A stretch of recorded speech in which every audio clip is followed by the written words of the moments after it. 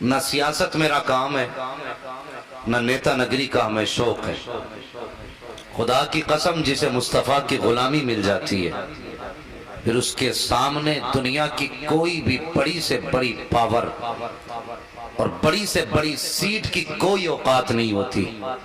हम इतना जानते हैं, हम उसकी नौकरी करते हैं जिसके इशारे पे चांद सूरज चला करते हैं। क्या बात है, सुभान। हमें इसकी फिक्र नहीं कि किसके पास क्या है, लेकिन अलमिया है हजरत हमारी कौम का। वो ये है कि जब इक़्तिदार की बात आती है तो हमारी कौम इक़्तिदार की रस्सी ऐसे लोगों के हाथ में देती है जिनसे अपना घर तक नहीं चलता। कड़वी बातें हैं लेकिन सच्ची बातें। माफ करना तकलीफ हो तो मेरी तकरीर तबे यार को बेचैन करती है। सबब क्या है वही कहता हूं जो दिल पर गुजरती है। मैं आप लोगों को खुश कर करके मोटे नजराने लेने नहीं आया, और न इसकी फिक्र है कि कौन राजी रहेगा कौन नाराज। फिक्र इसकी रहती है मिंबर जिसका, जलसा जिसका, महफिल जिसकी, बस वो आका राजी रहे। वरना किसी के नाराज होने से कोई फर्क नहीं पड़ता। जब इक़्तिदार की बात आती है तो हमारी कौम इक़्तिदार की रस्सी उनके हाथ में थमाती है जिनसे अपने घर तक नहीं चलते। जब कौम तबाही में फंसती है तो जिम्मेदार मौलवी ठहराए जाते हैं। हाँ, ये सच्ची बात है। फिर जिम्मेदार मौलवी होता है। ये मत सोचना कि ये अपनी पार्टी की बात कर रहा है। ये मेरी पार्टी नहीं, ये मदीने वाले मुस्तफा की पार्टी है। और ये इसलिए नहीं कर रहा हूं आप इनके साथ भला करें, ये इसलिए कह रहा हूं ताकि आपके साथ भला हो। हाँ, वरना अक्सर जितने लोग मस्जिद के आगे रहते हैं उनकी नजरें मस्जिद के दरवाजे पर टिकी रहती है। कभी इमाम जा रहा है, कितने बजे आ रहा है, कितनी बार निकला, कितनी बार आया। ये मिजाज है हमारे। अल्लाह के बंदे, सिर्फ एक बात कहना चाहूंगा, सिर्फ एक बात। बज़ाहिर तो इमाम है, लेकिन हम लोग इसे अपना मातहत समझते हैं। यही तो वजह है ना मुतवल्ली खड़ा होता, कहां थे भाई परसों, तुम्हें इतने दिन की छुट्टी नहीं मिलेगी, इतने दिन रहोगे, इतने दिन जाओगे, फला दिन रुकोगे, फला दिन जाओगे। अब इमाम है मजबूर, उसको रुकना है, तो वो कहता ठीक है जी, जब आप कहोगे तब हम जाएंगे, जब आप कहोगे तब हम आएंगे। तो ये आपके मातहत हुआ, ये आपके मातहत हुआ। आज इसका इख्तियार तुम्हारे हाथ में। क्या कभी सोचा एक दिन मरना भी है? कुछ आकाम रब ने भी तुम पे लाजिम किए थे, वो तुमसे अपने आकाम का बदला लेगा। वो क़यामत में पूछेगा मैंने तुझ पे ये लाजिम किया था, कितना किया? मैंने तुझ पे ज़कात लाजिम थी, कितनी की और कितनी दी? बंदा कहेगा माफ कर मालिक, ना दे सका तो फिर हुक्म होगा तेरे मातहत भी मेरे कुछ बंदे थे, बता तूने उनके साथ कितना सिला रहमी किया। इतनी सख्ती करना अपने मातहत पर जितनी खुद बर्दाश्त कर सको। मेरी बात बहुत गौर से सुनना। मैं नारे लगवाने नहीं आया हूं, मैं आईना हूं, दिखाऊंगा दाग चेहरे के, जिसे खराब लगे सामने से हट जाए। मैं थोड़ी कड़वी सच्ची बातें करने आया। हम अपना मातहत समझ बैठे और हमने वो ज्यादतियां की। अल्लाह माफ करे। मैं गुजारिश करूंगा मदरसे चलाने वालों और मस्जिद के मुंतजिमीन से, खुदा के वास्ते जब किसी के हिसाब का मामला आया करे तो सख्ती ना किया करो। लॉकडाउन का अरसा गुजरा, कुछ मदरसे के मोहतमीमों ने कुरान पढ़ाने वालों की तनख्वाहें काटी, कुछ मस्जिद के मुतवल्लियों ने इमामों की तनख्वाहें काटी, और ये कह के काटी गई कि साहिब इंतजाम कम है। मुझे बताइए, हमने लोगों के पेट काटे, हमने लोगों के पेट काटे, अगर हमारे सर में दर्द होता तो हम कहते हैं ये हमें ही आना था, बुखार आ जाए मैं ही बचा था, आपकी मर्जी के मुताबिक बारिश ना हो, कहते मौसम बीत गया बरसात नहीं हो रही है। और भाई कभी अपने गिरबान में झांक के देखो हमारे कदम कितने दुरुस्त हैं। फरमाया गया जो जमीन वालों पर रहम नहीं करता अल्लाह उसके ऊपर भी रहम नहीं फरमाया करता है। क्या बात, नारे तकबीर, नारे रिसालत। मेहरबानी करो, मिजाज बेहतर करो। तो मैं अर्ज कर रहा था ये वो जमात है अगर कब्रिस्तान से गुजर जाए अल्लाह अजाब उठा देता है, अगर ये हाथ उठा के दुआएं कर दे अल्लाह मकबूलियत के परवाने अता कर दिया करता है। ये वो नूरानी जमात है अगर ये किसी के दस्तरखान पे खाना खा ले अल्लाह बरकतों का नुज़ूल फरमाया करता है। अगर ये किसी को मोहब्बत से सलाम कर ले खुदा की रहमतें बरसना शुरू हो जाया करती हैं। हमने सिर्फ तीजे वाला समझा, हमने सिर्फ चंदे वाला समझा, खुदा की कसम ये सिर्फ तीजे चंदे वाले नहीं हैं। जब मैदान क़यामत होगा ये जैसा था वैसे ही करो, इसे ये जैसा था वैसे ही करो। आवाज पकड़ने लगा फौरन। दुरूद पाक पढ़िए सल्लल्लाहु अलैहि नबी उम्मी वाली सल्लल्लाहु तआला अलैहि वसल्लम। दुरूद पाक पढ़ लीजिए। अल्लाहुम्मा सल्ली व सल्लिम बारिक अला सय्यिदिना व शफीना व नबीना मौलाना मुहम्मदिन मादिनिल जुदी वल करम व आलिहि व अस्हाबिहि व बारिक व सल्लिम सलातुम व सलामुन अलैका या रसूलल्लाह सल्लल्लाहु तआला अलैहि वसल्लम। खुदा के वास्ते अपने ऊपर रहम करें और इल्म वालों की इज्जत करें। कभी ये ना कहा करें ये मेरा भतीजा है, ये मेरा पोता है, ये मेरा बेटा है। आपका बेटा जरूर है लेकिन अब जानते ये मुस्तफा के इल्म का वारिस बन चुका है। वरना पूछो इन उलमा से, बताइए अल्लामा साहब अगर किसी का बेटा मुसल्ले पे खड़ा हो और पीछे बाप खड़ा हो, अगर वो नियत करे पीछे अपने बेटे के, नमाज हो जाएगी? हो जाएगी नमाज? बोल सकते हैं ना आप लोग? नहीं होगी ना। अगर मुसल्ले पे बाप खड़ा हो बेटा के पीछे अपने बाप के, अगर मुसल्ले पे चचा खड़ा हो पीछे से भतीजा के पीछे अपने चचा के, क्या ये सच नहीं है? सच भी है ना भाई। अगर मुसल्ले पे बाप खड़ा है तो बेटा ही तो पीछे है, मुसल्ले पे बेटा खड़ा है तो बाप कह रहा है ना पीछे अपने बेटे के। बात सच्ची रही ना? तो मालिक फिर क्यों नहीं फरमाया यहां रिश्ते तेरे खून के नहीं चलेंगे, यहां रिश्ते मेरे हबीब के चलेंगे। मालिक कहना क्या, कहना यह है कि कै पीछे इस इमाम के। जब तक इमाम नहीं मानेगा नमाज, सारे बोले नमाज, पीछे वाले भी बोलते नमाज। जो लोग नहीं बोल रहे देख लेना दाएं बाएं में, ये वही होंगे जो मस्जिद से निकलते ही कहते होंगे आज अंगूठा हिलाया। मेरे हुजूर ने फरमाया कयामत की निशानी एक ये भी है कि बेइल्म लोग फतवे देंगे। हाँ बेइल्म लोग फतवे देंगे। आज ऐसे ही लोग फतवे ठोक रहे हैं, कहते मैंने देखा अंगूठा हिल गया इमाम का, और तू पूरा हिल गया नमाज में कुछ नहीं। इमाम का अंगूठा हिला कयामत आ गई। कैसे हिला के मैंने सजदे में देखा? तू सजदे में था कि इमाम को देख रहा था? पूछें जब कयाम में खड़े हो हमें कहां देखना? हुक्म मुसल्ले की जगह अपने सजदे की जगह देख, रुकू में जा तो पैरों के अंगूठों को देख, सजदे में जाए तो नाक को देख, कायदे में बैठे तो गोद को देख। तूने अंगूठा कब देख लिया? नमाज पढ़ने आया था कि झुलकाने आया था? निकलते कहता नमाज नहीं हुई मेरे इनके पीछे। क्यों नहीं हुई भाई? कि नहीं इनका ऐन हिल गया था, इनका गैन टेढ़ा था, इनके मीम में गलती थी।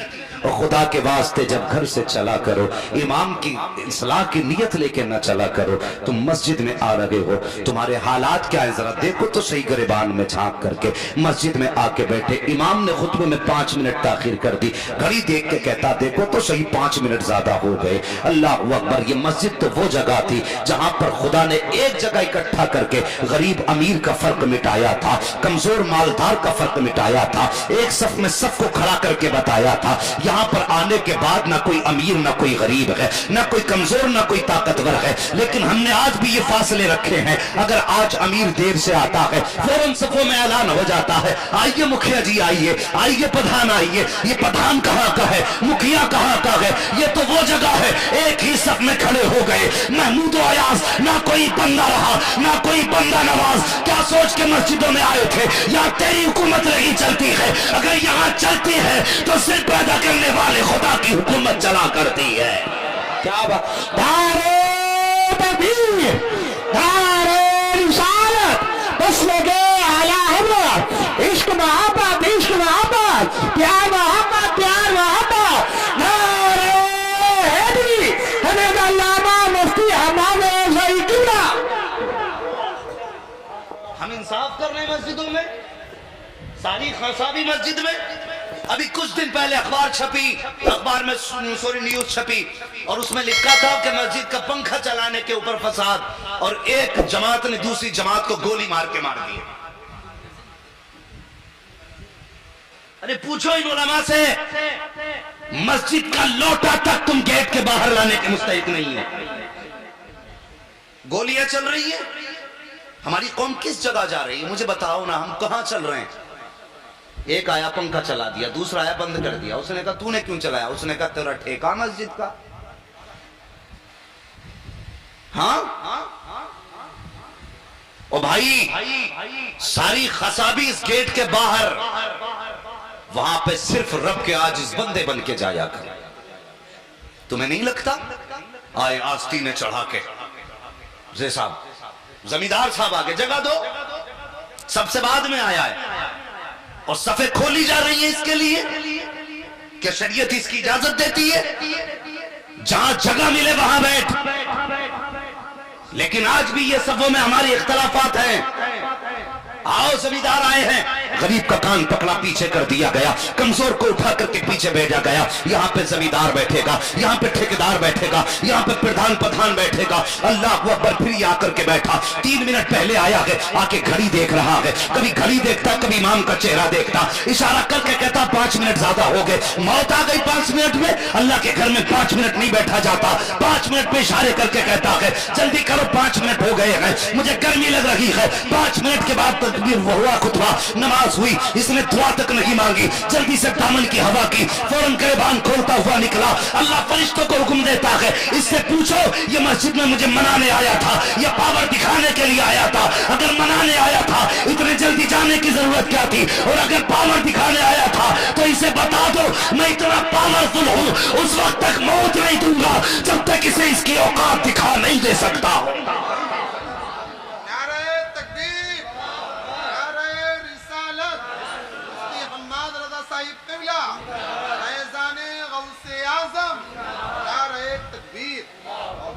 ये इख्तलाफात अल्लाह माफ करे। मैं उस कौम के सामने बैठा हूं, बुरा मत मानना, ये हमारी कौम की सच्चाई है। कभी कभी मस्जिदों से ऐलान लगते हैं कि आज कोई चप्पल चुरा के ले गया, ये मस्जिदों से ऐलान हो रहे। हाँ, अगर हम कुतुबियत पे आए तो हमसे बड़ा पारसा कोई नहीं। पूरी जिंदगी बाप सूद लेता रहा, जनाजा उठते ही बेटा कह रहा मेरे अब्बा बड़े नेक थे। क्या बात का 3 बार तो गौसे पाक को ख्वाब में देखा था मेरे अब्बा ने। इंतकाल के बाद हम ये चाहते हैं हमारा बाप सबकी नजर में जन्नती हो। इंतकाल के बाद चाहा ना यार काश क्या ये अच्छा होता तुमने जिंदगी में चाहा होता कि हमारा बाप सबकी नजर में जन्नती हो जाए। पूरी जिंदगी सूद भी आज खाते रहे और मरते कहते मेरा अब्बा बड़ा जन्नती था। 3 बार गौसे पाक को देखा, 2 बार हुजूर को देखा, 1 बार इमाम हुसैन को देखा। ये ख्वाब बयान किया जा रहा है। अब बताओ क्या हाल है मौलाना मेरे अब्बा का? क्यों? ये मौलवी देख के आया तेरा अब्बा कहां बैठा है? वो अपनी अपनी फिक्र बनकर बंदे, अपनी अपनी फिक्र, कोई किसी के साथ कब्र में जाने वाला नहीं है। खुदा की कसम जब तख्ते लग जाएंगे मिट्टी पड़ जाएगी, अगर कब्र में कोई काम आएगा तो हसनैन का नाना काम आएगा, ज़हरा का बाबा काम आएगा, फिर कोई काम आने वाला नहीं। हालात बेहतर क्यों नहीं करते हम चाहते हैं हमें सब जन्नती कहें। हमारी कड़वी सच्चाई, कड़वी ये लगाए ना आपके यहां, मुझे नहीं पता इस पे गिलास है कि नहीं। लेकिन अक्सर जब शहरों में गुजरना होता, कभी पानी पीने की नौबत आती है ना, तो ये जो प्याऊ लगे होते हैं ना, इस तरह पानी का सिस्टम, वहां गिलास जंजीर से बंधा होता है हमारा। क्यों? कोई लेके ना चला जाए। ये कड़वी सच्चाई है जिसे हम सोचते नहीं है। हमने गिलास में जंजीर क्यों लगाई? कोई लेके ना चला जाए। मस्जिदों में जाकर के कुछ जगहों पे चौराहों की आप देखिए, जो टॉयलेट के लोटे होते हैं उनमें जंजीरें पड़ी हैं। क्यों? वो खुद चलते हैं, पैर हैं लोटे के।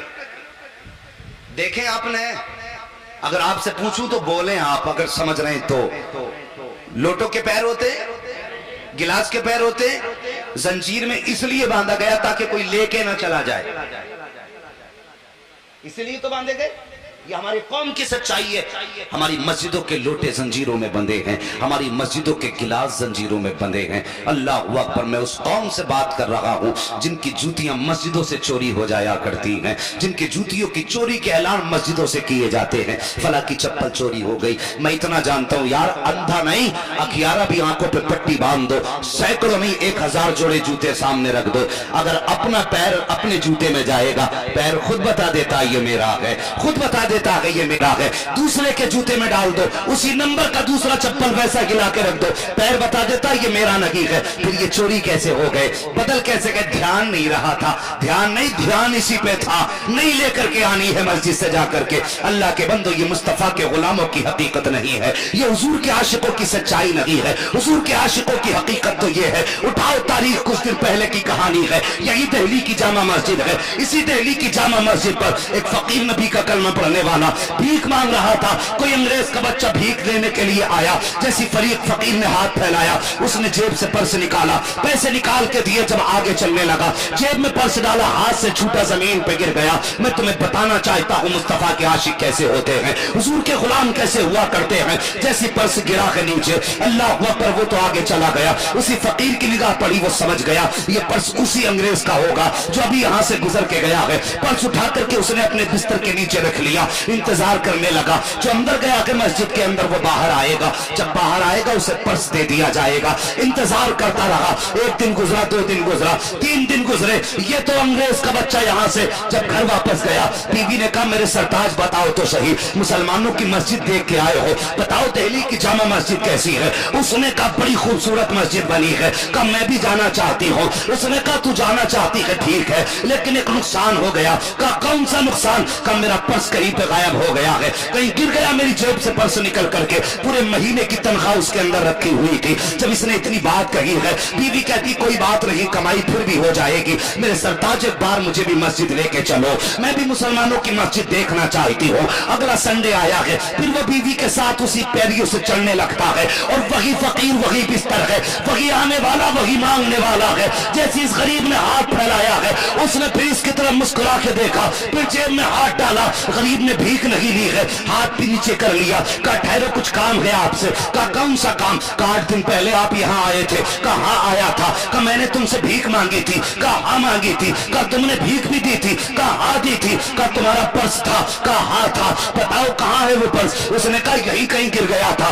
उस मुसलमान ने अपने बिस्तर के नीचे से वो पर्स निकाला। निकालने के बाद अंग्रेज के बच्चे को दिखाया, और दिखा के कहा था बताओ तो शाहिद, कहीं ये पर्स तुम्हारा तो नहीं है? उसने देख के कहा था हाँ ये पर्स मेरा है। उसने फौरन पर्स को लिया, लेकर के खोला। पूरे महीने की तनख्वाह उसके अंदर मौजूद थी। देख करके हैरत में था। उसने कहा नादान तुझे पता नहीं है मेरे पर्स के अंदर कितने पाउंड्स मौजूद हैं। अगर तू चाहता इस पैसे को लेकर के चला जाता, इस पैसे से अपनी इमारत बना लेता। इसमें इतना पैसा था कि तुझे भीख मांगने की जरूरत न पड़ती। आखिर तू बता तो सही, तूने मेरे पर्स में पैसा क्यों नहीं देखा? उसने कहा देखा मैंने तेरे पर्स को, इसमें पैसा भी देखा। कहा फिर चुराया क्यों नहीं? उसने कहा चुराना तो चाहता था, लेकिन एक ख्याल ने चोरी नहीं करने दी। कहा कौन सा ख्याल? कहा तू हजरत ईसा का मानने वाला है, मैं मोहम्मद रसूलुल्लाह का मानने वाला हूँ। अगर मैं इस पर्स से पैसे चुरा लेता, ये भी हो सकता था कि कयामत के दिन अगर तेरा नबी मेरे नबी के खिलाफ रब की बारगाह में मुकदमा डाल देता कि ऐ नबी खुदा, इस पैगंबर के उम्मती ने मेरे उम्मती का पैसा चुराया था, फिर तो मेरे नबी की रब की बारगाह में शर्म से गर्दन झुक जाती। कांग्रेस सुन लो, अगर तू ईसा से इतना प्यार करता है तो हम मोहम्मद से इतना प्यार करते हैं कि जान तो को दे सकते हैं, लेकिन शर्म से नबी की गर्दन झुकाए ये उम्मती को गवारा हो नहीं सकता है। अल्लाह, नारे तकबीर, नारे रिसालत, फैज़ाने गौसे आज़म मसलके आला हज़रत मुफ्ती हम्माद रज़ा साहिब क़िबला, नारे तकबीर, नारे रिसालत। ये है हुजूर के गुलाम। खुदा की कसम फाका तो मर सकते हैं, लेकिन चोरी, सारे बोले चोरी। चोरी सिर्फ रात को होती है क्या? दिन में भी होती है, सोते हुए होती है, जागते में भी होती है, छुपा के की जाती है, नहीं अब तो दिखा के भी की जाती है।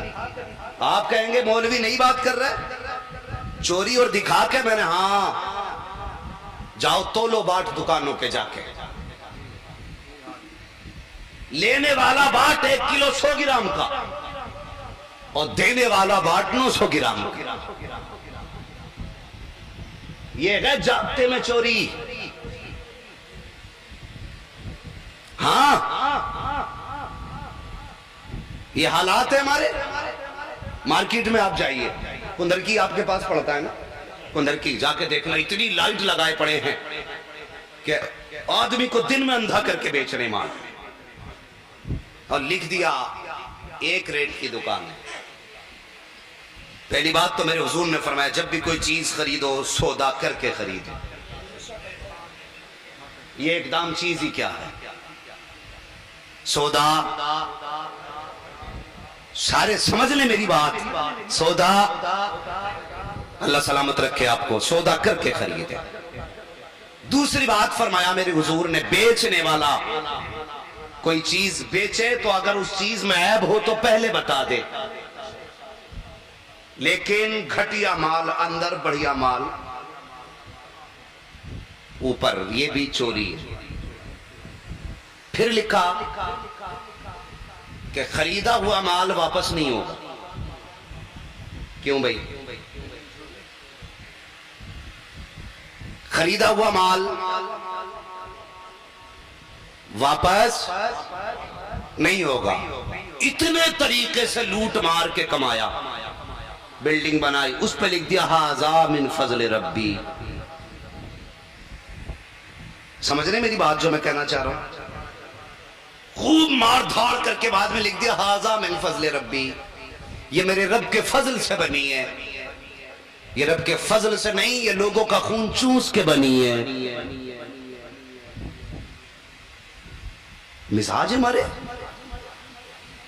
भाई, चीज लोगों को धोखा दे के मत देना। लोगों से कहते भाई झूठ ना बोल। और मेरे हुजूर ने तो फरमाया कि जो तिजारत सच्चाई के साथ करेगा वो कयामत के दिन नबियों की जमात में उठाया जाएगा। और ये कहता झूठ ना बोले तो मौलाना दुकानदारी चलती ही नहीं, मजबूरी है। भाई दाढ़ी रख लेना, मेरी दुकान है, तो दाढ़ी का रोक रही है दुकान को कि नहीं मौलाना, उसमें झूठ सच बोलना पड़ता। क्यों भाई? कि झूठ ना बोले ना तो फिर मुनाफा ही नहीं होता। ये हमारे अकीदे कमजोर हो गए। हमने ये समझा झूठ रोजी देता है, यही वजह है कमा के भी परेशान है। जिस दिन ये अकीदा हो गया ना रोजी अल्लाह देता है, फाके मर जाएंगे झूठ नहीं बोलेंगे, तो फरमाया गया अगर तुम अल्लाह पे भरोसा करो अल्लाह तुम्हें वहां से देगा जहां से तुम सोच भी नहीं सकते। हाँ, अल्लाह वहां से देगा जहां से सोच नहीं सकते। लेकिन हम झूठ बोल बोल के दुकान चला रहे हैं। भैंस वालों को देखे क्या मैं मौलाना क्या बता, मैं ये मुझे 61,000 की घर तक पड़ी है, 61 की बढ़ गई, लेकिन तुम्हारे लिए 60 में ही है। हम कौन लगते हैं बेतरे? कोई अपना नुकसान करेगा चीज में? अबे तू अपनी चीज का मालिक है, जितने की चाहे बेच, मालिक है ना। तू 50 की ला के 3,000 की बेच, लेकिन झूठ ना बोल। बता मत कितने की लाया है, ये कह ये चीज मेरी है इतने की दूंगा। ऐसे क्यों नहीं करता दुकानदारी? हमने झूठ पे भरोसा किया, हमने सच्चाई पे भरोसा नहीं किया। और बंदे खुदा की जात पे भरोसा कर, रज़ाक अल्लाह है। इतना रिस्क उतना ही मिलेगा जितना रब चाहेगा। तुम कितना ऊंचा नीचा कूद लो, उल्टी सीधी छलांगे लगा लो, अगर रब ने मुकद्दर नहीं किया है तो मिलने वाला नहीं है। और अगर उसने मुकद्दर कर दिया है तो फिर जहां होगे वहीं पहुंच जाएगा। हकीकत तो ये है, हम जिस तरह चाहे रिस्क को हासिल कर ले, अगर चाहे हराम तरीके से तो हम झूठ बोल के रोजी को हराम कर ले, अगर सच्चे तरीके से चाहे तो हम रोजी को हलाल करके खाएं। सच तो यह है कि अकीदे कमजोर होते जा रहे हैं, हमारा रब से एतमाद उठता जा रहा है, रब पे भरोसा ही नहीं है। अगर कोई कहे मैं रब को मानता हूं तो मैं पूछना चाहता हूं, मुझे बता तूने दुकानदारी में झूठ क्यों बोला, तूने 70 लाइटें क्यों लगवाई है, तूने दुकान में चमक दमक क्यों कराई है, तूने बाट कम बढ़ती क्यों कराए है, तूने मीटर छोटा क्यों कराया है, तूने लीटर कम क्यों कराया है, कम क्यों तोड़ता है, कम क्यों नापता है। यह एतकाद नहीं है, यह एतमाद नहीं है। अकीदा तो यह था, हुजूर के आशिक को दुश्मनों ने गिरफ्तार किया और उसके बाद आशिक ने कहा था मैं नापाक हो गया हूं, मुझे पानी की जरूरत है, इतना पानी दे दो जिससे मैं गुस्ल कर सकूं। तो उन दुश्मनों ने कहा था जिस खुदा को मानते हो उसी से पानी मांगो, जिस नबी का कलमा पढ़ते हो उन्हीं को आवाज दो। इस मुस्तफा के आशिक को कैद किया गया, कैद के अंदर बंद था। जब लोगों ने ताने दिए जिस खुदा को मानते हो उसी से मांगो, अल्लाह अकबर आशिक था, हुजूर का रब का बंदा था। आंख में आंसू आ गए, बेबसी में हाथ उठ गए, ए मेरे मालिक आज तक मेरी साथ का ना मिला था, मैंने कैद को बर्दाश्त किया, मैंने भूख को बर्दाश्त किया, एक घूंट इनसे पानी का ना मांगा, लेकिन अब नमाज की बात आ गई है, बात जब पानी की आई है, इन्होंने तेरी जात को चैलेंज किया है। ए मेरे मालिक कम से कम मेरे उठे हाथों की लाज रख ले। रोता हुआ उसने रब की बारगाह में अपने आंसुओं को दिखाया और उसके बाद मिट्टी से तयम्मुम किया। तयम्मुम करने के बाद उसने 2 रकात नमाज हाजत उसी कैद के अंदर पड़ी है और हाथ उठा के कहता है मेरे मालिक इन्होंने पानी का चैलेंज किया है, मालिक तू तो कादिर है, तू मालिक है, जैसा चाहे पानी वैसे पहुंचा सकता है। मेरे मालिक इतना पानी दे दो कि ये तेरा बंदा गुस्ल कर सके। अभी हाथ नीचे नहीं आए थे, खुदा की कसम बादल का टुकड़ा उठा और उसी कैद के अंदर गया, मकान के अंदर जाके बरसा और इतना बरसा कि उस आशिक ने गुस्ल मुकम्मल कर लिया। जब गुस्ल मुकम्मल हुआ सबने कहा यार बता तो सही ये पानी कहां से आया था। तो उसने कहा था मैं जिस खुदा को मानता हूं उसी ने पानी भेजा था। सबकी चीखें निकल गई, कहा यार देर न कर, हाथ बढ़ा दे, कलमा बढ़ा दे, हमें भी उस खुदा का बना दे जो तुझे कैद में नहीं छोड़ सकता है, वो हमें दोज़ख में जाने को कैसे दे सकता है। नारे तकबीर, नारे रिसालत, फैज़ाने गौसे आज़म, मसलके आला हजरत, नारे तकबीर, नारे रिसालत। एतकाद मजबूत करो और जब भी मांगो रब से मांगो। लेकिन कुछ लोगों ने तो कुछ दौलत वालों के दरवाजे देख लिए और उन्हें भी अच्छा लगता, 4-5 कुर्सी डाले रहे उनके पास हैं? और वो झूठे कसीदे पढ़ते बैठे बैठे, जनाब तो यूं है, जनाब तो यूं है, ये तो पैदा ही नहीं हुए, ये तो हल में निकले थे, ये तो पेड़ से उतरे थे। 8 दिन बाद जनाब ने 500 रुपए दे दिए, चल बच्चों के लिए बाजार कर ला, तो भागा चला जा रहे। बहुत अच्छे साहब 500 रुपए हफ्ते में दे दिए। कितने दिन गुजारे तूने इनकी चौखट पे? 7 दिन। कितने? 7 दिन में 500 दे दिए ना। और खुदा के बंदे सिर्फ 7 घंटे रब के घर में गुजार, सिर्फ 7 घंटे रब के घर में गुजार और इससे मांग। खुदा की कसम इसकी चौखट पे बैठा तो 7 दिन में 500 मिले और इस 500 की पूरी जिंदगी तुझे ताने मिलेंगे। कभी इस चौखट पे आके मांग और हाथ उठा, जब ये देगा तो इतना देगा 7वें दिन का बाजार नहीं तेरी 7 पुश्तों का भला हो जाएगा। हाँ, और हर अमीर दे के एहसान जताता है। 1 बार देगा, 2 बार देगा, तीसरी बार मुंह फेर लेगा, चौथी बार कहेगा तेरा तो पेशा ही हो गया। मगर तुम्हारा रब कितना करीम है, जितना मांगो इतना ही राजी होता है, जितना मांगो इतना ही राजी होता है। हाँ, वो तो उस बंदे से अपनी रहमतें फेर लेता है जो नमाज तो पढ़ता है, नमाज के बाद दुआ नहीं करता है। वो तो राजी उससे रहता है जो मांगता रहे उससे। हमें अपने रब से मांगने में हयाती है। 3 मिनट के लिए हाथ नहीं उठे, सेठ जी 2 मिनट के लिए मस्जिद में आए, गर्मी बहुत है, पसीना साफ किया, चल दिए, 2 मिनट का पसीना बर्दाश्त नहीं। वो बता अगर उसने 2 सेकंड के लिए हवा बंद कर दी तो अगर वो चाहे ना, रब की जात की कसम खा के कहता हूं, अगर अल्लाह चाहे ना तो 1 सेकंड में पूरी दुनिया को सजदे में गिरा देगा। हाँ, 1 सेकंड में, 1 सेकंड में। क्या औकात है हमारी? दुनिया का सबसे बड़ा बिलियन, मिलियन, अरबों खरबों बिलियनों का मालिक, जिसके सेकंड की अरबों खरबों की कमाई है, उसकी आंखों के पलक खराब हो गई है। पलक कोई अहमियत है इसकी? हम लोगों की नजर कुछ नहीं, खराब हो गए। जानते हो, आज वो ये कहता कोई मुझसे सारी मेरी दौलत ले ले, मेरे पलक जैसे थे वैसे कर दे।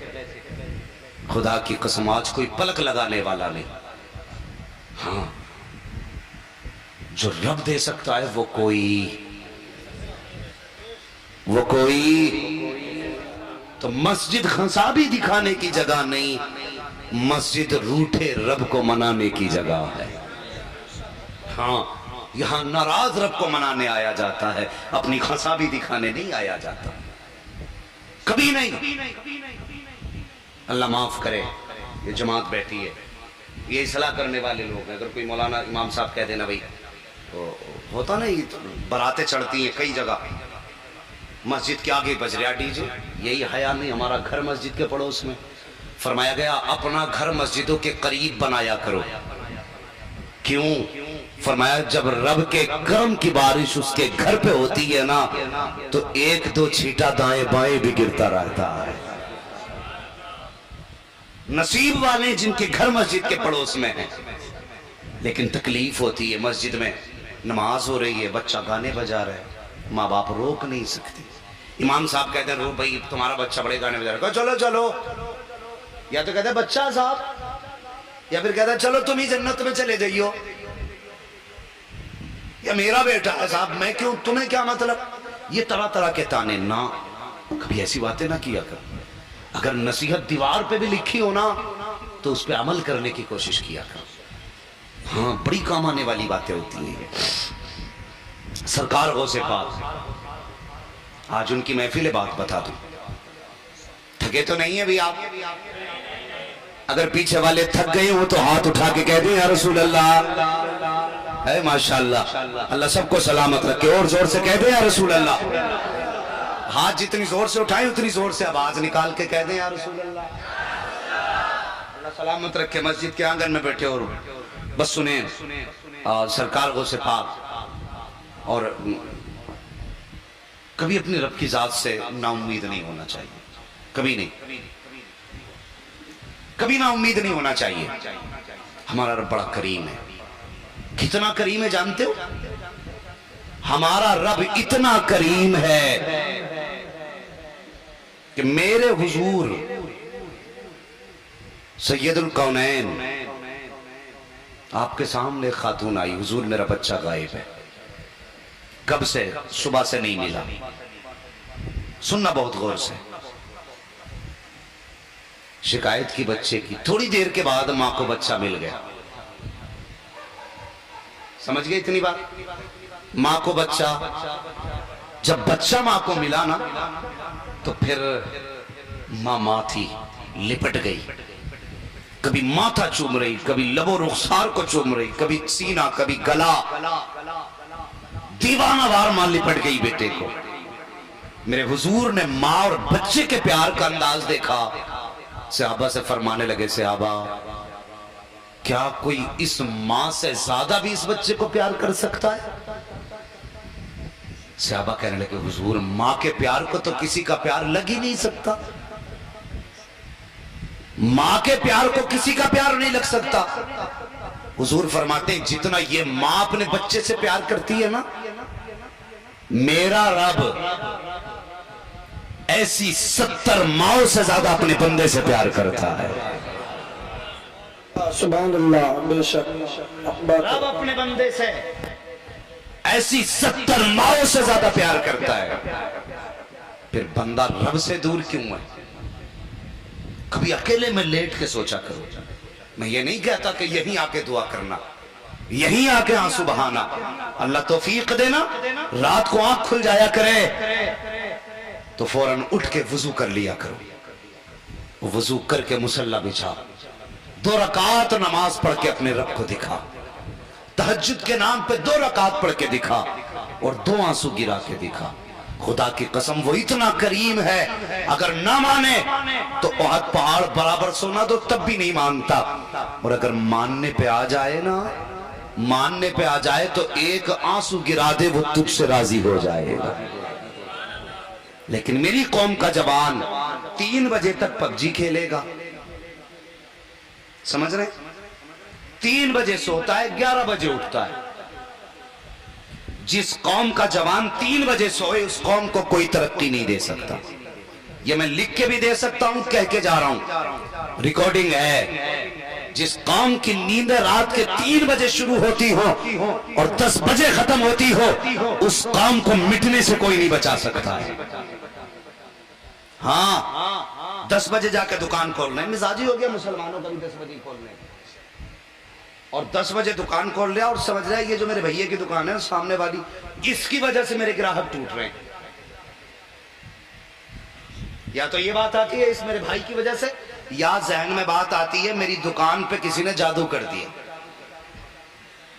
हाँ भाई, यही फोन आते हैं मौलाना साहब, अक्सर यही फोन आते हैं, जैसे दुआ कर दो किसी ने बंदिश कर दी, ग्राहक आता लौट जाता। अब मुझे बता तो सही, तूने दुकान कितने बजे खोली? 10 बजे दुकान खोल रहा है।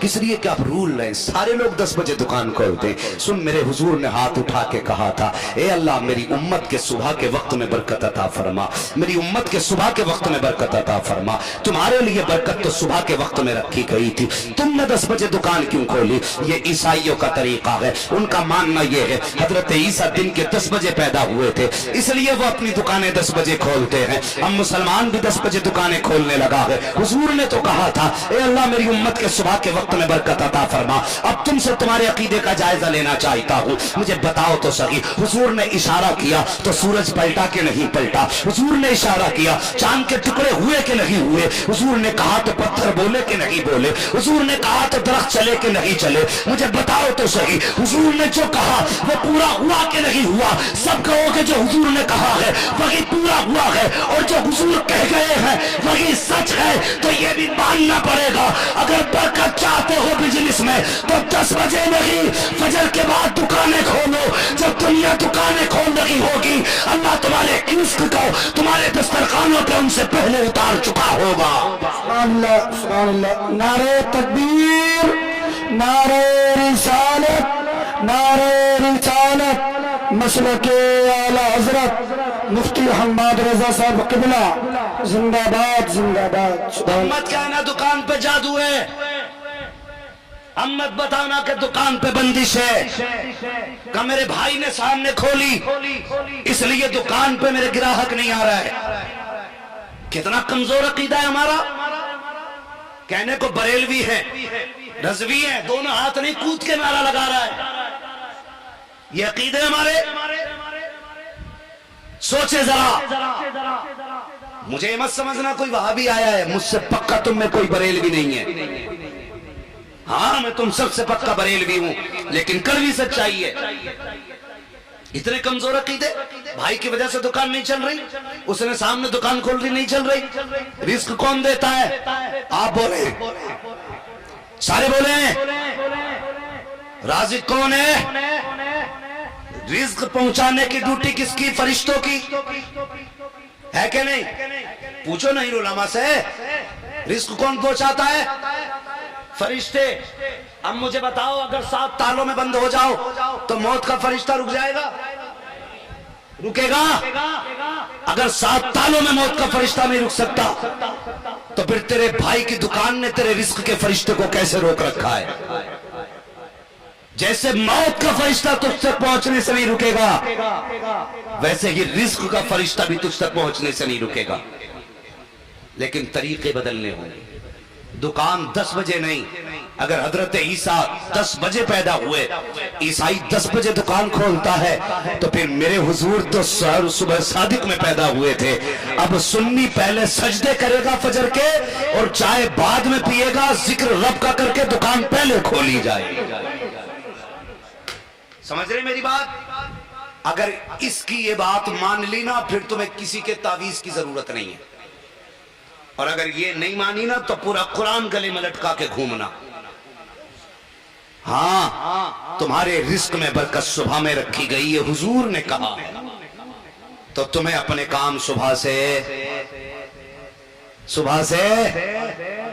करने चाहिए। तो अब जो कौम 3 बजे सो रही हो, 10 बजे उठ रही हो, वो सुबह में दुकान खोलेगी। सच नहीं कह रहा हूं मैं, सच्ची बात है ना।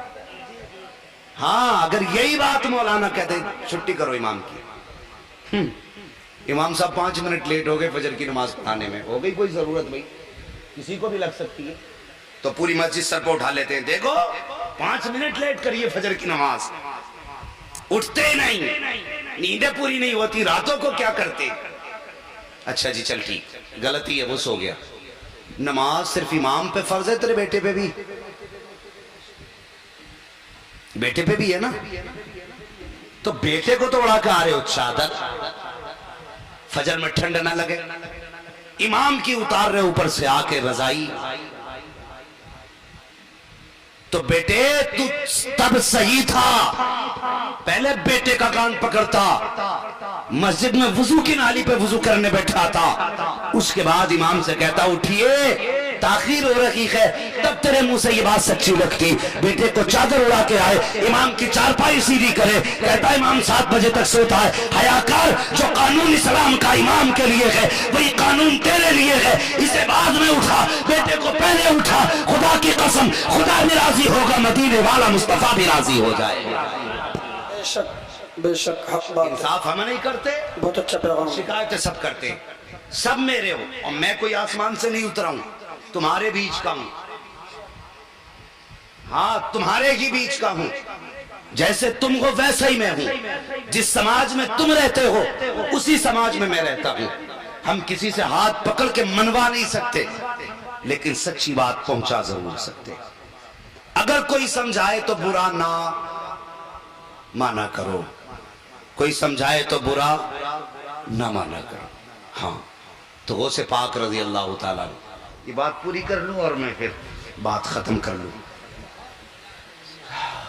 सरकारे गो से पाक रजी अल्लाह ताला, आपके दौर में भी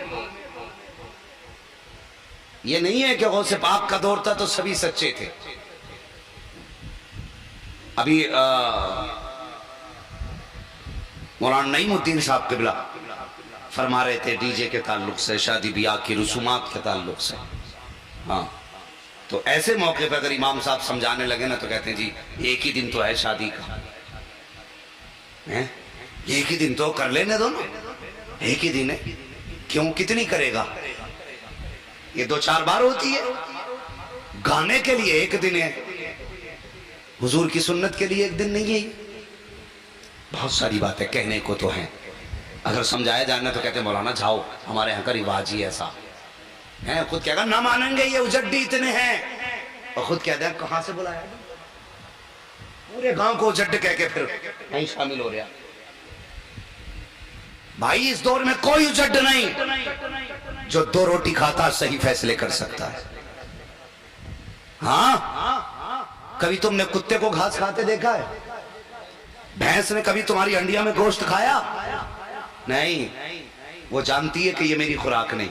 कुत्ता भी जानता मैं घास नहीं खाता, ये मेरी खुराक नहीं है। जब कुत्ते को अपने उसूल मालूम है, भैंस को अपना उसूल मालूम है, फिर अशरफुल मखलूकात को अपना उसूल मालूम क्यों नहीं?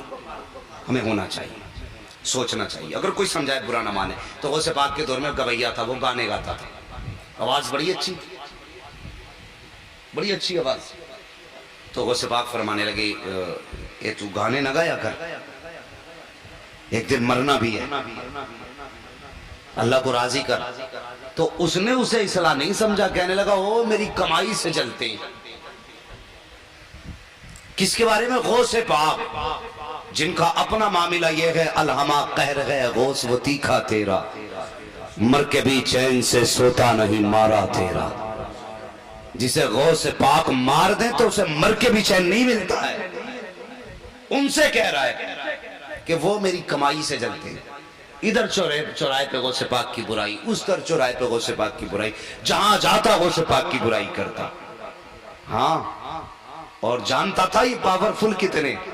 तकरीर फरमा रहे हैं, तकरीर के बीच में परिंदा बोलने लगा, गालिबन चील थी, बोली ना तो आपने फरमाया तुझे क्या है कि तुझे मौत नहीं आ जाती, मेरी तकरीर के बीच में बोल रही है। इतना कहना था, पट्ट से जमीन पे आ गई। कहने की देर थी, तकरीर हुई, जाने लगे। रास्ते में मरा हुआ देखा, फरमाने लगे इसे क्या हुआ। लोग कहने लगे हुजूर आपकी तकरीर के बीच में बोली और आपने कहा क्या है तुझे मौत नहीं आ जाती, ये फौरन मर गई, मर गई।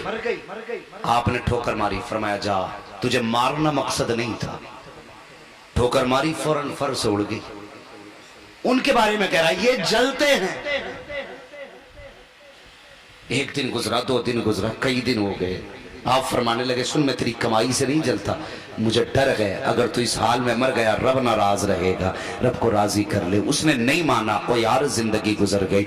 मैं अक्सर ये बात कहा करता हूँ, आखिर ये आवाजों के रंग कब तक, ये सांसों के ढंग कब तक, ये सीनों की ताकतें कब तक ये जवानी का जोर रहेगा, कब तक ये शबाब शबाब रहेगा, कब तक उरूज उरूज रहेगा। हर उरूज को एक दिन जवाल आना है, हर तरक्की को तनज़्ज़ुली की तरफ जाना है, हर बनी इबारत को जमीन के अंदर घुसना है, हर आने वाले को जमीन में जाना है, सबको हमेशा नहीं रहना है। इसलिए घमंड न किया करो, तकब्बुर न किया करो। आज मिजाज देखो, भाई भाई का मुखालिफ है, दोस्त दोस्त का दुश्मन हो गया, बाप बेटे का नहीं है, बेटा बाप का नहीं है। क्यों नहीं है? ये कड़वी सच्चाई भी सुन तो चलो प्यारे, अगर एक भाई के बाद पैसा है तो वो सबसे ज्यादा अपने भाई को जलील करने में लगा है कि इस पैसे की चमक मैं अपने भाई को दिखाऊंगा। आज बिल्डिंगें देखो हमारी, हम गरीब को इतना नीचा करने पे लगे हैं कि सबसे ज्यादा हमने अपने मकान को इसलिए चमकाया ताकि सामने वाला देख करके मेरे मकान को चल जाए।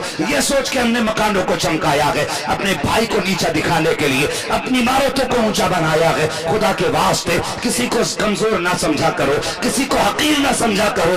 अल्लाह ऐसा कादिर है, ऐसा कादिर है, अगर तुझे दौलत दी है, दूसरे को गरीब बनाया है, तो वो चाहे तो मिनटों में तुझे उठा के तख्त से तख्ते पे डाल सकता है।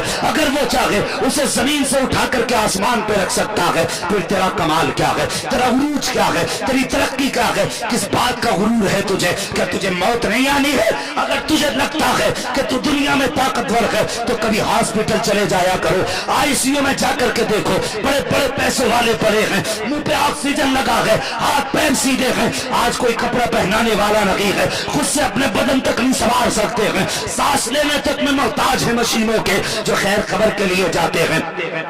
कोई जूस लेके जा रहा है, कोई फल लेकर के जा रहा है, मगर वो आईसीयू से शीशे से देख रहे हैं, न फल खा सकते हैं, न जूस पी सकते हैं, बस आंसू भरे गए आंखों में देख रहे हैं और कोई किसी से मदद नहीं कर सकता है, न किसी की ताकत से वो चल सकते हैं। आज उन्हें रब ने बिस्तर पे गिराया है, जिनके जहन में ये ख्याल आया था कि मेरे पास दौलत है, मैं पावर वाला हूँ, आज रब ने उन्हें बिस्तर पे डाल दिया और ऐसा डाला है, दिखा रहा है देख ये मेरी पावर है, ना तू हिल सकता है, ना तू चल सकता है, सांसें तो है लेकिन तू उठ नहीं सकता, देख तो सकता है लेकिन बोल नहीं सकता।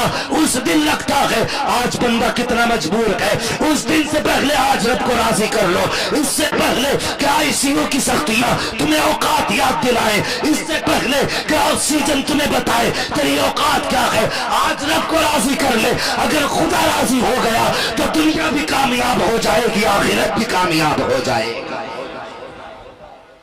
सुभान अल्लाह। नारे तकबीर, नारे रिसालत, मसलके आला हज़रत मुफ्ती हम्माद साहब के बिला, नारे तकबीर, सरजमीन जलालपुर खास बुलानी, जिंदाबाद जिंदाबाद। सुभान अल्लाह। आज हमें देखें एटीट्यूड हमारा, घमंड। हम अपने घर पे कोई फंक्शन करते, बच्चों जवानों मेरे भाई सब सुनना, मैं एक एक बात मैं चाहता हूं कि जितनी देर में आपका वक्त लूं, मैं इस वक्त को मजाक में, मौज में, मस्ती में नहीं डालना चाहता। एक एक मिनट में चाहता हूं कि ये अल्लाह ने नसीब से मुझे और तुम्हें दिया है ना, तो एक एक वक्त हमारी जिंदगी का कीमती गुजरे, जाए नहीं जाना चाहिए। सुने, आज हर घर की कहानी नहीं, भाई भाइयों में इख्तलाफ है, पार्टीबंदियां समाज में हैं, नफरतें इतनी बढ़ गई हैं कि हमारे दस्तरखान पे कुत्ता तो बैठ सकता है, सगा भाई नहीं बैठ सकता। ये नफरतें हमारे बीच हो गई है। बताओ कि ये कड़वी सच्चाई नहीं? हम प्रधान को मनाने के लिए 3 चक्कर लगाते हैं। प्रधान जी आप जरूर आना। हाँ आ जाऊंगा। प्रधान जी भी बड़े चालाक है, अमीर की पार्टी है तो जूट सूट बूट पहन के जा रहे हैं, गरीब की है तो बेटे से कहा जा, वो 3-4 बार आया था कलवा, जरा चला जाइए 2 मिनट के टाइम। ये इंसाफ है हमारे बीच? 2 मिनट के लिए चला जाना, कलवा आया था। और अगर बात आ जाए जुम्मन खां की तो 18,000 का जूता पहनेगा, 12,000 का चश्मा लगाएगा, पूरा दिन कुर्सी डाले बैठा रहेगा। अबे तू जुम्मन को राजी करने पे लगाए कि अगर ये राजी तो इसके अंडर में 250 वोट है, 250 वोट मिलेंगे। इज्जत ठेकेदार नहीं, इज्जत खुदा देता है। हाँ, गरीब का दिल रख, अल्लाह ऐसी इज्जतें देगा कि मरने के बाद भी लोग तेरी कब्र पे सलाम करने जाएंगे। हाँ, तो हमारे भी मिजाज हैं। हम 6 बार जा रहे प्रधान जी, तुम जरूर रही हो कि तुम ना आए तो लोग कहेंगे बताओ कोई समाज में इज्जत ना, प्रधान तो था ही ना। प्रधान के लिए इतना फट गया तू, तुम जरूर रही हो। मुझे बता, अगर तेरे दस्तरखान पे सगा भाई नहीं होगा तो ये समाज क्या कहेगा? सोचो कभी। ये हमारी कड़वी सच्चाई है। हमारे बेटे के वलीमे के दिन भाई दरवाजा बंद करके रो रहा है और गांव का पल्ले सिरे का बेईमान भी खा के जा रहा है, और सगा भाई दरवाजा बंद करके अपने बच्चों का सामना नहीं कर पा रहा है। बच्चे पूछ रहे अब्बा गलती क्या थी जो चचा ने रोटी तक पे नहीं बुलाया? क्या जवाब दे बाप उनको? यही कि तेरे भाई ने जमीन की बेईमानी का इल्जाम लगाया, यही कि तेरे भाई ने पैसे की बेईमानी का इल्जाम लगाया, यही कि हमारे भाई ने हम पर, तुम्हारे चचा ने खेत चोरी का इल्जाम लगाया। ओ खसाबो जिमीदारो, तुम कुछ भी हो सकते हो, खुदा की कसम सब कुछ बाद में हो, मदीने वाले मोहम्मद के गुलाम पहले हो। हाँ, अगर तुम्हारे दरवाजे पे प्रधान नेता विधायक मंत्री खा के चले गए, दुनिया ने तारीफ कर ली, सबने कहा बड़ा किस्मत वाला है, प्रधान भी बैठा था दस्तरखान पे, फिर मंत्री भी बैठा था दस्तरखान पे, विधायक भी बैठा था दस्तरखान पे, तो कुछ नहीं होने वाला। 4 दिन बातें हो जाएंगी, ओके बातें खत्म हो जाएंगी, लेकिन खुदा के वास्ते अगर तेरे दस्तरखान पे सगा भाई नहीं आया तो दुनिया के भूखों को खिलाने से कोई नतीजा नहीं निकलने वाला। अगर तेरे दरवाजे पे कोई ना आए, सगा भाई नाराज हो, तो खुदा के वास्ते सगे भाई के दरवाजे पे चला जा, आंसू बहा के मना ले, पैर पकड़ के मना ले, गले से गला मिला के मना ले, बाजू में बाजू डाल के मना ले। मैं नहीं जानता ये दुनिया क्या कहेगी, मुझे नहीं पता ये समाज क्या कहेगा, लेकिन इतना जानता हूं जब तू सगे भाई को राजी करके दस्तरखान पे लाएगा तो कोई जाने कोई क्या कहेगा, लेकिन इतना जानता हूं कोई दुआ करे न करे, गुम्बद गजरा से मुस्तफा की दुआएं होने लग जाए। नारे तकबीर, नारे रिसालत, नारे ओसियत, मसलके आला हजरत, मसलके आला हजरत, बस्ती बस्ती करिया करिया, बस्ती बस्ती करिया करिया, नजदी के लिए एलवाए कसरिया। नारे तकबीर, सरजमीने जलालपुर, नारे तकबीर, नारे रिसालत, सुभान अल्लाह सुभान अल्लाह। तो प्रधान की दावत बाद में होगी, सगे भाई की दावत बोलो। और कुछ लोगों को मजा ही इसमें आता है, रोटी हजम नहीं होती जब तक चुगली नहीं कर लेता, भाई को भाई से नहीं लड़ा देता। और मेरे भाइयों, तुमसे मेरा कोई जाती रिश्ता नहीं है, कोई खून का रिश्ता नहीं है, बिरादरी का हो सकता है, लेकिन सबसे बड़ा रिश्ता हुजूर की गुलामी का रिश्ता है। तुम में कोई अंसारी हो, तुरक हो, शेख हो, पठान हो, इससे मतलब नहीं। मैं इस नजरिए से बात कर रहा हूं, जितने बैठे हैं मदीने वाले मोहम्मद के गुलाम बैठे हैं। मेरी बात कान खोल के सुनना, जो तुमसे तुम्हारे भाई को दूर करा रहा है वो कभी तुम्हारा नहीं हो सकता। और याद रखना, किसी के चढ़ावे में आके अपने का सर मत फोड़ना। गोली मत चलाना। याद रखना, तुम जिनकी लाशें गिरा रहे हो उनके जनाजे भी तुम्ही को उठाने पड़ेंगे, उनके तीजे तुम्हें पढ़ने हैं। खुदा के वास्ते ये तुम्हारे अपने हैं, तुम्हारे अपने हैं। और कभी इनका खून बहा के तुम ये मत समझना कामयाब हो जाओगे, नहीं हो सकते कामयाब। सिर्फ एक बात सुनो, सिर्फ एक बात, अंदाज़े बयां मेरा बहुत शौक नहीं है, शायद कि उतर जाए तेरे दिल में मेरी बात, सोच भी नहीं सकते। भाई क्या होता है, कभी जाना तुमने? बताओ, करबला की दास्तान कब से सुनते आ रहे हो? जब से होश संभाला है तब से सुनते आ रहे हैं। अगर कोई 100 साल का है तो 95 साल से सुन रहा है, अगर कोई 70 साल का तो 65 साल से सुन रहा है। जब से होश संभाला करबला सुना है?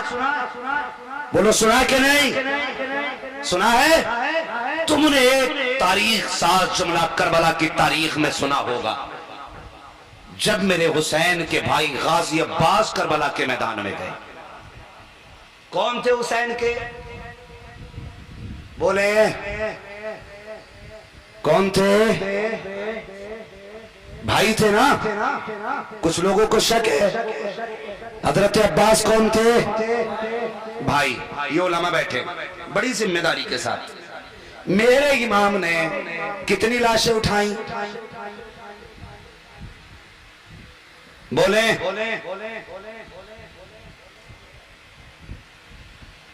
71 लाशें उठाई। कितनी? सुनते रहे, समझते रहे। कितनी? 71, 71 लाशें उठाई। ये उलमा बैठे।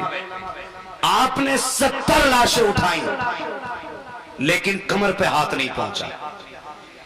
खुदा के वास्ते इंच भर जगह के लिए अपनों के गले न काटना, हाथ पकड़ के कचहरी तक न ले जाना, कोर्ट में उन्हें रुसवा न करना, जेल डाल के उन्हें जलील न करना। अगर इंच भर ज्यादा गई है तो तेरे अपने पे गई है। अगर बाप ने बंटवारे में तेरे भाई को एक बीसा ज्यादा दे दी है तो बाप के ऊपर हथियार लेकर खड़ा मत होना, जबान तेज मत निकालना बाप के लिए, इसलिए कि वो बाप है, वो तेरे माल का भी मालिक है, तेरी जान का भी मालिक है। अगर तेरे भाई पे इंच भर ज्यादा चली गई है, अपना भाई समझ के माफ कर दे, सगा समझ के माफ कर दे, इंच के लिए गिरबान न पकड़।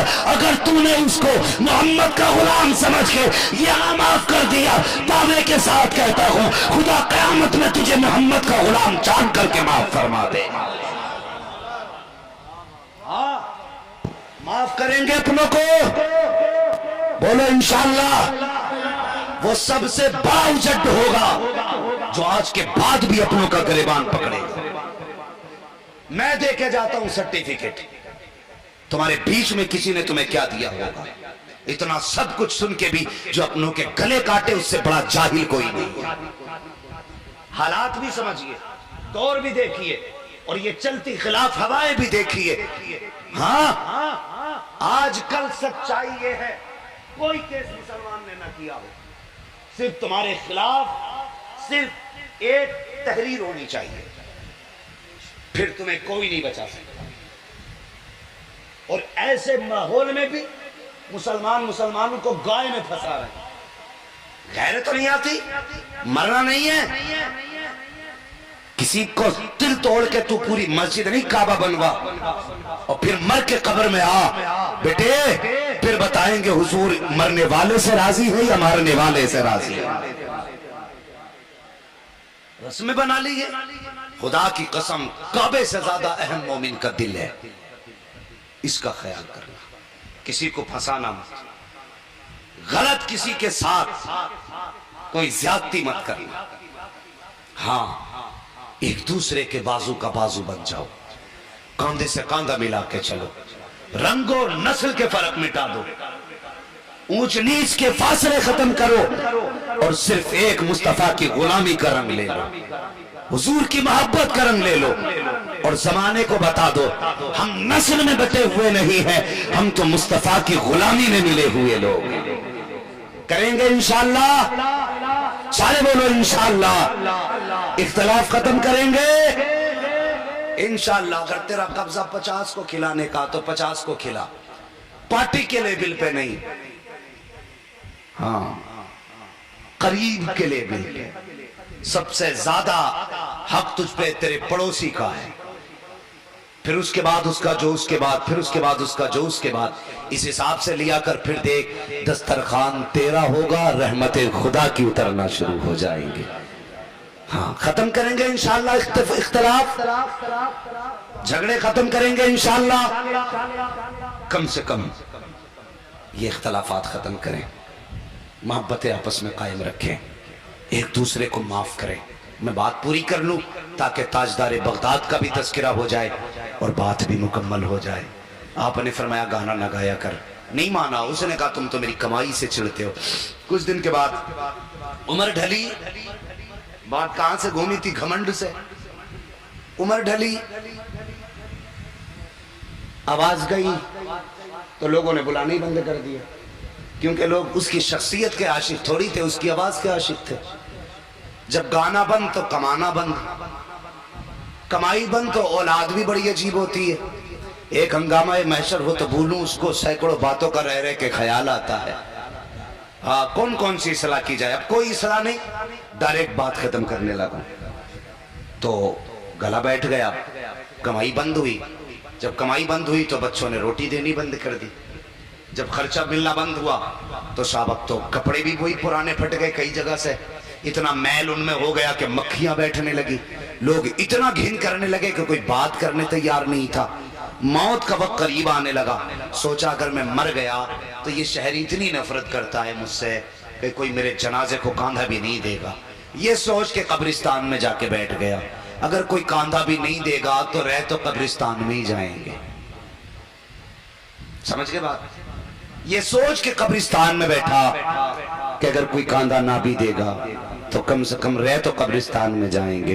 अब जरा सुनना प्यारे, कब्रिस्तान में जाके बैठा, जिंदगी से मायूस, दुनिया से मायूस, अपनों ने साथ छोड़ा, मद्दाहों ने साथ छोड़ा। यही बात तो मैं कहता हूँ, जो लोग ये समझते हैं यूट्यूब पे मेरे इतने फॉलोवर हैं, मेरे इंस्टाग्राम पे इतने फॉलोवर हैं, मेरे इतने चाहने वाले हैं, बेटे मर के देख तब पता चलेगा कितने चाहने वाले हैं। कोई बहुत बड़ी एक्टर मरी, जब उसके जनाजे को रखा गया पोस्टमार्टम हाउस के बाहर, जिसके 2.5 लाख से ऊपर चाहने वाले थे, कोई इसका जनाजा लाने वाला तक नहीं था। ये सोशल मीडिया की दुनिया झूठी दुनिया है, कभी इसके धोखे में मत आना। अगर इस दुनिया के लालच में आ गए, आखिरत तबाह कर ली तो कोई बचाने वाला नसीब नहीं होगा। आज मुस्लिम लड़के इंस्टाग्राम पे गुनाह गाने गा रहे हैं, नाच रहे हैं। इस्लाम की बेटियां, कलमा पढ़ने वाली बेटियां इंस्टाग्राम पर जाकर के देखो, सोशल मीडिया पर जाकर के देखो, तबाही मचा रखी है। अल्लाह रहम फरमाई उम्मत मुस्लिमा पर, जिसने अपनी गैरत को सोशल मीडिया पे बेच डाला है। खुदा के वास्ते इसका एतमाद मत करना, ये चमकते नमस्कार को, चमत्कार को नमस्कार करने वाली दुनिया है। सुनना प्यारे जरा गौर से, ताजदारे बगदाद के इस दुश्मन ने, जिसने कहा था कि तुम मेरे खिलाफ इसलिए हो कि मेरी कमाई से जलते हो, जब बगदाद वालों ने साथ छोड़ा, जाके कब्रिस्तान में बैठ गया। अब कोई चाहने वाला न था। उसी इत्तेफाक से कब्रिस्तान से सरकार बगदाद का गुजर हुआ, आपने निगाह उठाई, देखना देखा, पहचान लिया, ये तो वही गवैया लग रहा है जिसको मैं आज तक समझाता रहा हूँ। आप अपने मकतब में आए, मदरसे में आए, जहाँ आप पढ़ा रहे थे, अल्लाह अकबर, आपने अपने शागिर्द को बुलाया, एक सोने के सिक्कों की थैली दी, फरमाया जा फला कब्रिस्तान में चला जा, एक शख्स बैठा है, कपड़े फटे पुराने हैं, जाकर के उसको ये थैली दे दे। अगर ये पूछे किसने दी है तो मेरा नाम मत बता देना, दे करके फौरन वापस आ जा। शागिर्द गया है, थैली ली सोने के सिक्कों की, पहुंचा कब्रिस्तान, जाने के बाद उसकी गोद में थैली रखी, उसने सोने के सिक्कों की थैली देखी, देखने के बाद उसके बाद देने वाले का चेहरा देखा, देखने के बाद कहता है जनाब कौन है आप? उसने कहा मैं कोई भी हूँ। कहा फिर ये बता किसने दिया है? कहा मुझे देने का हुक्म, बताने की इजाजत नहीं है। अल्लाह अकबर, शागिर्द ये कह के तो वापस पलटा। थोड़ी देर के बाद पीछे पीछे से ये भी आया और आकर के वहीं पे खड़ा हो जाता है जहाँ सरकार बगदाद मदरसे में पढ़ा रहे हैं। अल्लाह अकबर आकर के खड़ा हुआ, हाथ में सोने के सिक्के की थैली है, सामने ताजदारे बगदाद बैठे हुए हैं। जैसे आपने इसको देखा है, इसने ताजदारे बगदाद को देखा है, आंख में आंसू भर लाया, रोने लग जाता है। गौसे पाक अपनी जगह से उठते हैं, उठने के बाद दरवाजे पे आते हैं, कहते अब और क्या कमी रह गई है, कुछ और भी चाहिए। इतना सुनना था, चीख निकल जाती है। रो के कहता है देने वाले जब इतना दे दिया है अब क्या कमी रह गई है। कहा फिर किस लिए आया है। कहने लगा हुजूर मैं ये जानता हूँ कि ये मेहरबानी आपके सिवा मुझ पर किसी और ने नहीं की है। मैं सारी जिंदगी आपकी मुखालफत करता रहा लेकिन आप सखी इब्ने सखी हो, करीम इब्ने करीम हो। पूरी जिंदगी मुखालफत के बावजूद भी आपने जब दुनिया ने मुझे छोड़ा है तब आपने मेरा ख्याल किया है। अल्लाह अकबर। कहा क्या करने आए हो। का एक बात पूछना चाहता हूँ। कहा कौन सी बात। का एक बात बताइए। आप मुझसे कहते रहे कि तौबा कर ले अल्लाह को राजी कर ले, तौबा कर ले अल्लाह को राजी कर ले। क्या मैं अब तौबा करूंगा तो क्या रब राजी होगा कि नहीं होगा। इतना सुनना था। ताजदार बगदाद के लबों पे मुस्कुराहट आती है। फरमाते नादान तूने करीम रब को जाना नहीं है, वो कितना करीम है तू नहीं जानता है। कहा क्या अब भी बख्शा जाऊंगा। कहा हाँ अब भी बख्शा जाएगा। कहा कैसे। आपने फरमाया गुस्ल करके आ, हाथ में हाथ दे, तौबा करना तेरा काम है और तुझको वली बना देना ये अब्दुल कादिर जिलानी का काम है। क्या बात। नारे तकबीर, नारे रिसालत, मसलके आला हज़रत, इश्क मोहब्बत, इश्क मोहब्बत, प्यार मोहब्बत, प्यार मोहब्बत। नारे हैदरी, हज़रत अल्लामा मुफ्ती हम्माद सईद किबला। भाई नहीं मैं इंसान हूँ भाई, मैं मशीन नहीं हूँ। और 2:30 बजे बुलवा लेना इंशाल्लाह। कभी माइक इतना अच्छा रखना कि माइक अपना काम करे, मौलवी को काम कब करना पड़े। हाँ अभी बहुत अच्छा माइक बोल रहा है, अल्लाह सलामत रखे। बहरहाल ये है कि हम थोड़ा सा ना थके हुए लोगों में से हैं। आप देख रहे हैं ना ये मौलवी जवान है 2:30 बजे तक बुलवा लो। हाँ देखने में आप सही समझ रहे हैं लेकिन हम इतने थके हुए हैं अंदर से हम जानते हैं कितने थके हैं। हाँ नहीं हजरत ये बस अब अल्लाह आपको सलामत रखे। 1.25 घंटा हो चुका है, आपको अल्लाह खुश रखे। बस मेरा कहने का मतलब ये है कि भाई अपने रब को पहचानो। हाँ कितने भी गुनाह कर लो, रब फरमाता महबूब जो तेरी चौखट पे आ गया वो मेरी चौखट पे आ गया। अगर बख्शिश चाहे तो ये तुझे राजी कर ले। अगर तू मान गया तो हम मान गए, अगर तू नाराज तो हम भी नाराज हैं। कोशिश करें रब को राजी करें, अपने गुनाहों से तौबा करें, अपने गुनाहों से तौबा करें। सारी चीजें जलालपुर वालों को एक दिन में सुनवा देंगे।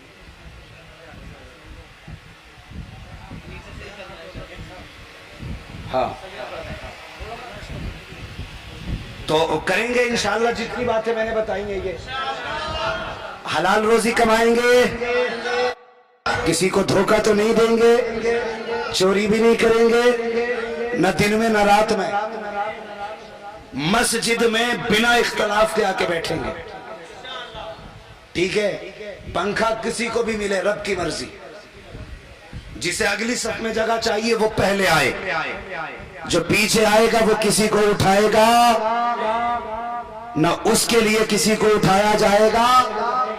अल्लाह सलामत रखे। ये सारी बातें मैंने की और सबसे बड़ी बात जो मैंने पूरी तकरीर में की है, हमें अपनी सफों में इत्तेफाक पैदा करना है।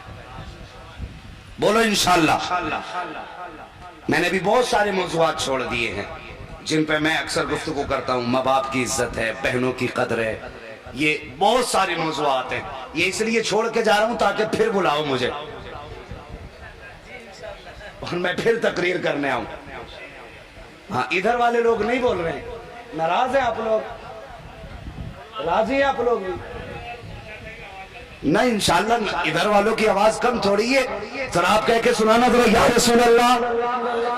माशाल्लाह कुछ लोगों ने कहा थी, देखिए कहेंगे जरूर लेकिन प्रधान ही है। ठीक है कोई बात नहीं, आप आपकी मर्जी है। और एक बात सुनो, जब हुजूर का नाम लेना हुआ करे ना तो कभी दबाव के साथ नहीं। मौलवी क्या लो तो लो, हुजूर का नाम हो ना तो इश्क ऐसा होना चाहिए। हुजूर के नाम पे तुमने सुभान अल्लाह की बात की, हम जान देने तैयार है भाई। अब जरा जिसे इश्क जितना वो इतनी जोर से कह दे या रसूल अल्लाह। माशाल्लाह ये शुरू से आवाज रहनी चाहिए। अब तकलीफ होती है ना, नाजिम साहब कहते बड़े सुस्त लोग हो भाई, बिल्कुल नहीं बोल रहे हो भाई। हैं भाई मैंने कुछ कहा, तुमने शरबत पिया, मैंने कुछ कहा नहीं कहा ना। मैं कहूंगा भी क्यों, कहने वाला कौन है? रज़ाक अल्लाह, देने वाला अल्लाह, पीने वाला उम्मती। खूब पियो लेकिन जो पिया है उसका हक भी अदा करो। शेख सादी शिराजी रहमतुल्लाह तआला अलैह से किसी ने पूछा क्या हाल है हजरत, तो फरमाने लगे अल्लाह की नेमतें खाते खाते दांत टूट गए, लेकिन अभी तक उसका शुक्र अदा करना हमें नहीं आया है। तो यही हाल हमारा है, खाते खाते उसकी नेमतों को दांत टूट गए, लेकिन कभी तौफीक ही नहीं होती उसका शुक्र अदा करे। कभी खा पी के भी कह दिया करो अल्हम्दुलिल्लाह, खा लेगा 1200 रुपए का खाएगा होटल में, खिलाया किसने? अल्लाह ने। तौफीक किसने दी? रब ने। अगर वो ना चाहे तो एक घूंट तुम दाल का भी नहीं पी सकते। हाँ, जूस तो बड़ी बात है, दाल भी नहीं पी सकते। अगर वो पाबंदी लगा दे तो पानी बंद। हाँ, खिलाया पिलाया अल्लाह ने तो कह रहा होटल वाले से थैंक यू। अबे खा के कहा करो अल्हम्दुलिल्लाह। हाँ, अल्लाह का शुक्र अदा किया करो। अल्लाह का शुक्र अदा करते ना तो अल्लाह की फिर नेमतों में इजाफा होता है, बढ़ जाती है नेमतें। तो कोशिश करेंगे अपने रब को राजी करें इंशाअल्लाह। जलालपुर वालों बड़ा मशहूर गांव है आपका, और कई बार आपके गांव से निकलना हुआ है, कई बार, मुझे गिनती याद नहीं कितनी बार निकले होंगे। वही वाला किस्सा, पेड़ पे चढ़ गए तो मालिक बैठा था, उसने कहा क्यों चढ़ा बे? तो उसने कहा तू ही बता, अल्लाह की मर्जी बगैर पत्ता हिलता? उसने कहा नहीं। तो कहा मैं भी तो रब की मर्जी से चढ़ा हूं। वो सर खुजाने लगा, यार अब क्या कहूं, मेरे आम तोड़ गया पके पकाए। थोड़ी देर के बाद कुछ ख्याल आया, जूता लिया, वो भी चढ़ गया। अल्लाह माफ करे, ये मेरी तकरीर का हिस्सा नहीं, लेकिन बात आ गई इसलिए कह जा रहा हूं। हाँ, तो सुने, तो वो जब चढ़ा छत के उस पेड़ के ऊपर, उसने आम तोड़े, वो नीचे से चप्पल लेके चढ़ गया। उसने तड़ातड़ मारना शुरू कर दिया। उसने पूछा तू क्यों मार रहा है? उसने कहा अगर तू रब की मर्जी के बगैर नहीं चढ़ा तो मैं भी तो रब की मर्जी के बगैर नहीं चढ़ा। तू तोड़ रब की मर्जी से रहा तो मैं मार भी रब की मर्जी से रहा। तो भाई अगर सारा निजाम रब की मर्जी से चलता है तो मौलवी की तारीफ है। अगर अल्लाह तौफीक देता है तो मुलाकातें होती है, वरना तुम्हारी मेरी क्या औकात है। हाँ, हमारी कोई औकात है? 4 हाथ हमारे, 4 हाथ पैर हमारे, 4 हाथ पैर तुम्हारे। ऐसी कौन सी वजह जो आपने मुझे वहां से